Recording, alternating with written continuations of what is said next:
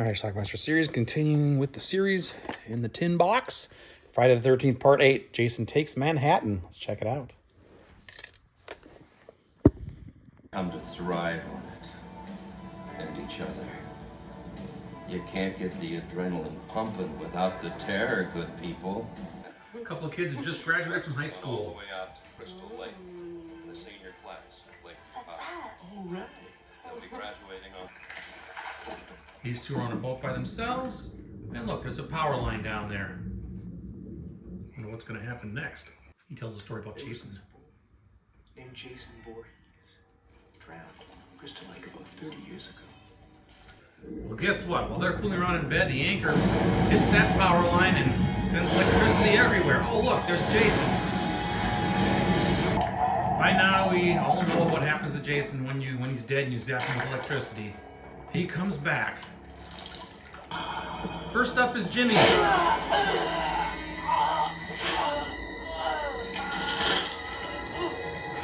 then he finds a girl hiding below deck, and she's victim number 2. Those two aren't going to make it to the graduation cruise. You know this cruise was your idea, so at the very least you could show up on time.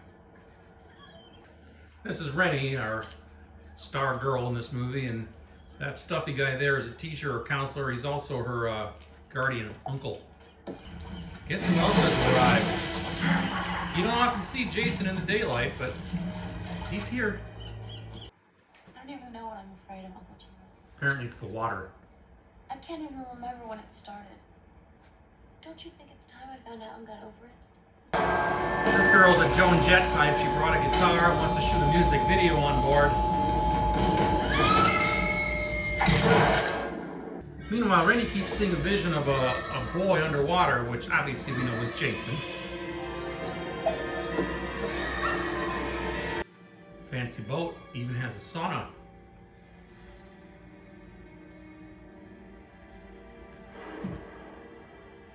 Jason grabs one of the hot rocks.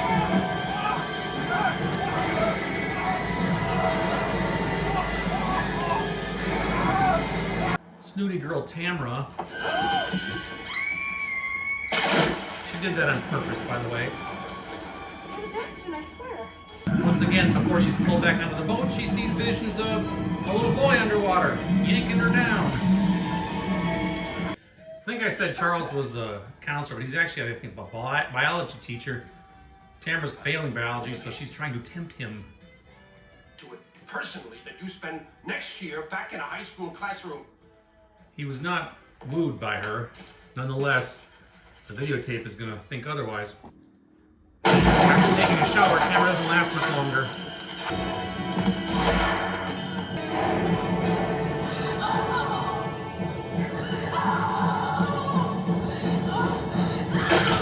The first mate.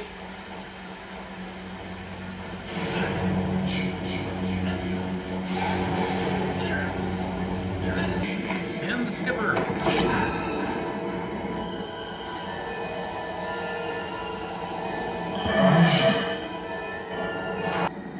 Well, the kid starts to find the bodies. That's actually his father. He's come back for you. What the hell are you talking about? Jason Voorhees. You're insane. Jason Voorhees has been dead for years. This girl wasn't up on top there and didn't get the news. Now she does. Jason chases her into the ship's disco. Yes, the ship has a disco. The video camera kid lost his glasses, so he can't see very well. Did he get him? Well, he got somebody, just not Jason. Oops. He does not have a long time to lament his mistake.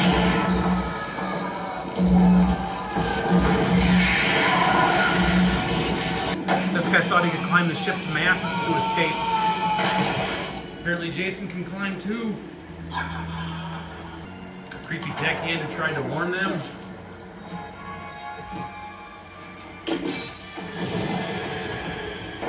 Anyway, the boat catches on fire, and our last 5 survivors escape with a smaller boat. After a while, they managed to make it to New York City. Guess who else followed them? Right away, they meet a couple of thugs who steal all their money and kidnap Rennie. Your fucking head up. Prende? They were going to assault her, but then Jason actually saves the day, for Rennie anyway.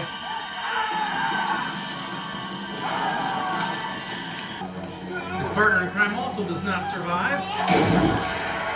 But that was just enough time for Rennie to run off and escape. One of the kids, Julius, he's an amateur boxer, so he's got a plan to take Jason down. After he exhausts himself, he tells Jason to take a shot, and a hell of a shot it is. A police officer finally catches up with him.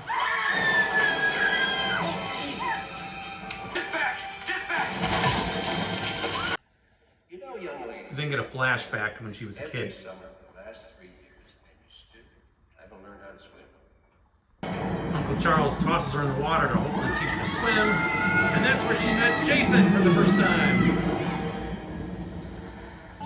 Jason grabs a hold of Charles and dumps him in a vat of some sort of toxic waste, which of course is sitting in an alley. Eventually he chases her, found some survivors. Not sure what happened to that other woman teacher. Well, she blew up in the car. Get on a subway and take off. The two survivors make it to Broadway, and so does Jason. He does not stand out in the crowd here. Takes his talents to a local diner.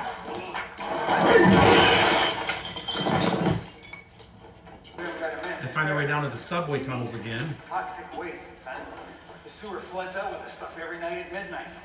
Less than 10 minutes from now. Come on, follow me. Of course, as they walk out,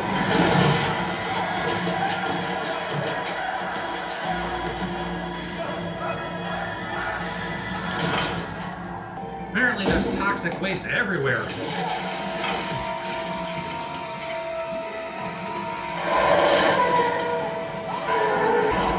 And as they try to escape up the ladder, the toxic waste which comes through every night at midnight apparently hits Jason and not the other two. Jason literally melts.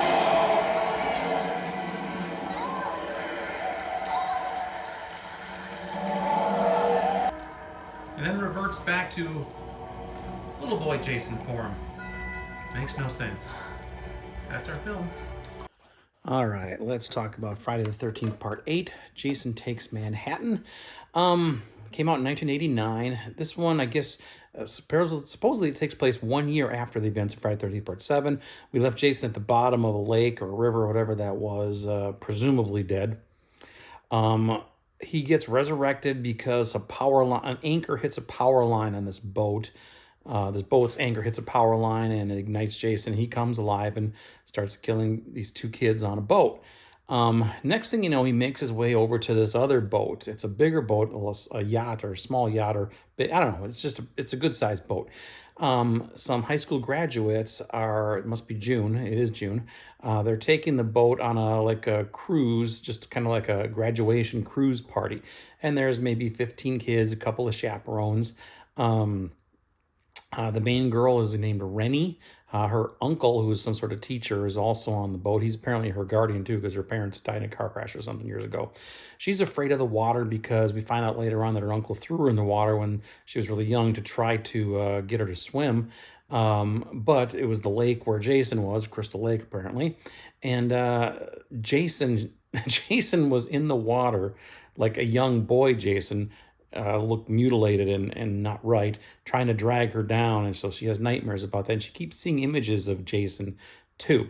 Yeah, that's what's happening here. So anyway, Jason has come to life again, and he's full grown, and he's doing his Jason thing. He starts picking off these kids on the boat one by one. Eventually a fire comes on the boat, and our survivors, there's 5 of them, including Julius, the boxer who's in the water. They get him and a dog too. They manage to get away in a little rowboat or something, and they make it to New York City, and they must have been pretty close. Unbeknownst to them, Jason followed them somehow, because as soon as they got out of the water, Jason got out of the water and followed them through the alleys, starts killing some more people there. Eventually, we're left with just two people, Rennie and her boyfriend.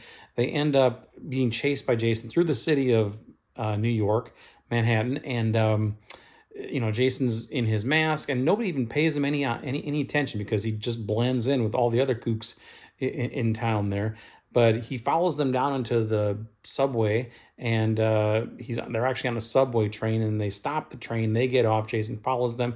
He's electrocuted at one point. I don't think I showed that scene, but of course that doesn't kill him. And then the two kids are trying to get out of the tunnels. They meet like a tunnel worker down there and says, "You better follow me and get out of here now, because every night at midnight, some toxic waste goes through here and washes everything away. So we got to get out now." So Jason shows up, kills the worker, and then follows the other two up a ladder. And just as they're about to all get up the ladder, the toxic waste comes through. The two kids are closer to the top, so they don't get hit with the toxic waste, but Jason does.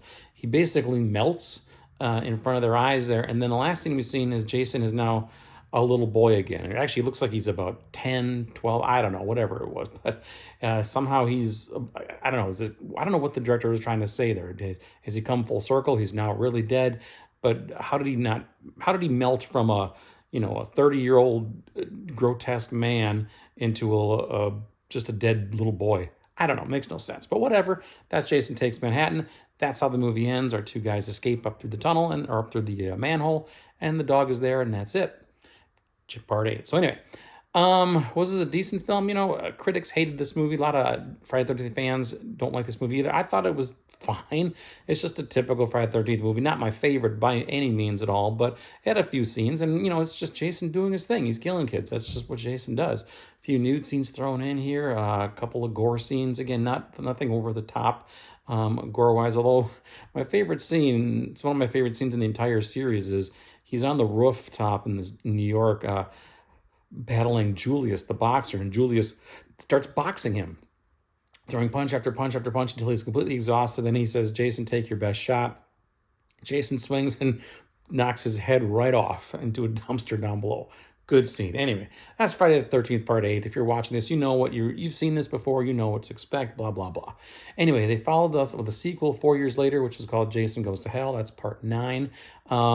Starting with Part 9, I haven't seen 9, 10, and 11, 12, those last 4 films. I haven't seen those films very much at all, just a few times over my life. The first 8 I've seen many, many times. Actually, the first 5 I've seen a ton each.